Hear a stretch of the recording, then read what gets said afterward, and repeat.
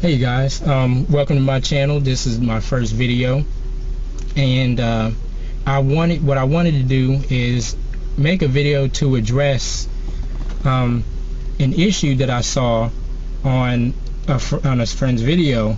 It was really getting out of hand, and I feel like it needed to be addressed, so I'm addressing it. The issue is angry black women.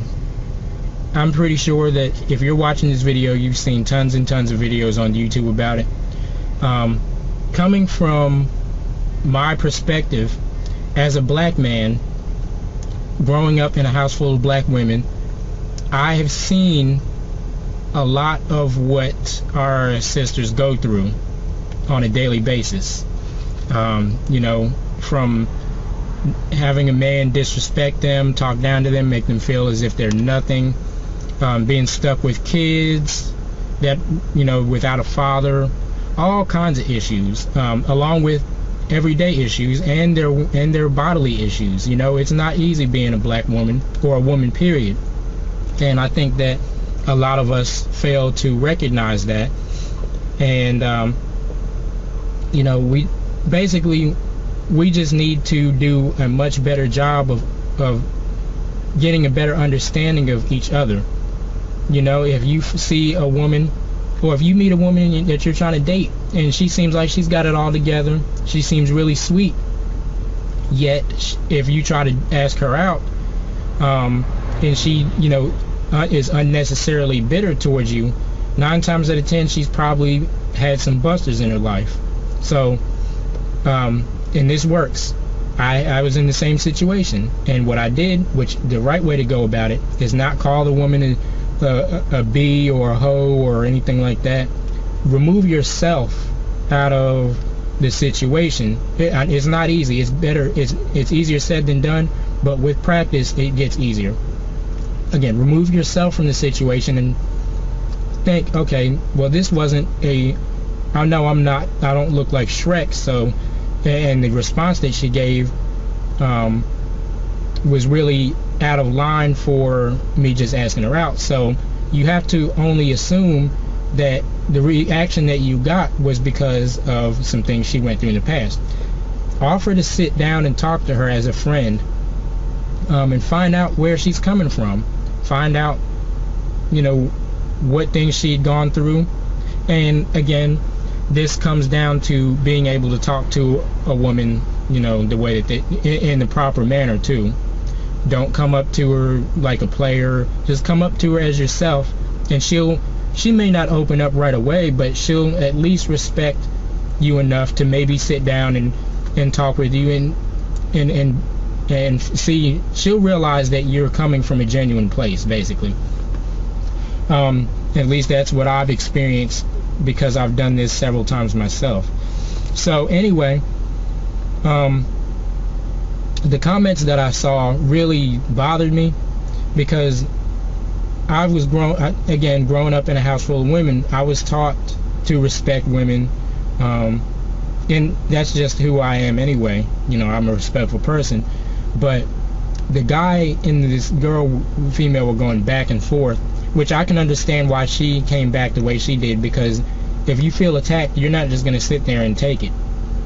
However, the guy said some things that really let me understand that there are still so many of us that are back in the 50s and 60s that haven't grown up yet. The things that were said were just outrageous. I was like, I can't even believe I'm sitting here reading this stuff. But guys, take a second and put yourself in a woman's shoes. Deal with all the stuff they have to deal with, things you don't even know that they've dealt with, and you'd probably be pretty damn angry too. I'm just saying. And ladies, please understand when I say this. I'm not attacking you guys, but I see a lot of women, especially the younger ones these days, who are picking guys that just are no good for them. You know, everybody in the world can see that. you're not going to get take somebody off the street and make him into a house husband. It's not going to happen. Sure, the person may look good and all this stuff like that, but at the end of the day, you're going to get tired of his crap. At least I hope you do. You know, it comes down to not settling for something less than you know you're worth. If you settle for a guy from the streets, you're going to get that street treatment. And I'm not saying that everybody that's in the street is going to come home and beat you down or things like that. But just understand this. The saying that you can take the person out of the street, but you can't take the street out of them, it's very true. Especially if they've been out in the street for most of their lives, which a lot of them have, or have had family members out in the street, which is what they follow. And those that don't have family members that they're following don't have family members to steer them in the right direction. So, with that being said, they're going to have some things embedded in them that are really going to make them hard to stay with and hard to build a relationship with. You know, at some point, understand that if you choose somebody from the streets or somebody that has a street mentality, it's going to blend in with the life that you're trying to create for both you and him. So there's going to be a clash, and this is where a lot of women get hurt, because the man is still pretty much about his street life and things like that. Got some problems? Oh no, sir, I'm fine.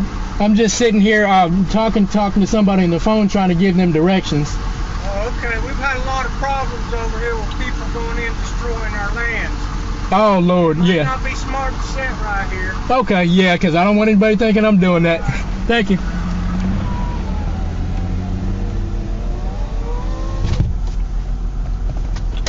Okay. Well, I'm going to continue this video, but as I said, you know, there are just certain things you're not going to be able to change about a person, and your goal should never be to try to change a person.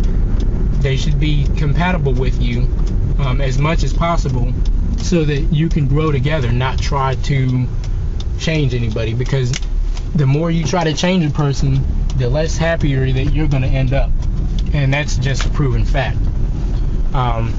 So let's just do a much better job of uplifting our people. Somewhere along the way we forgot that we were supposed to be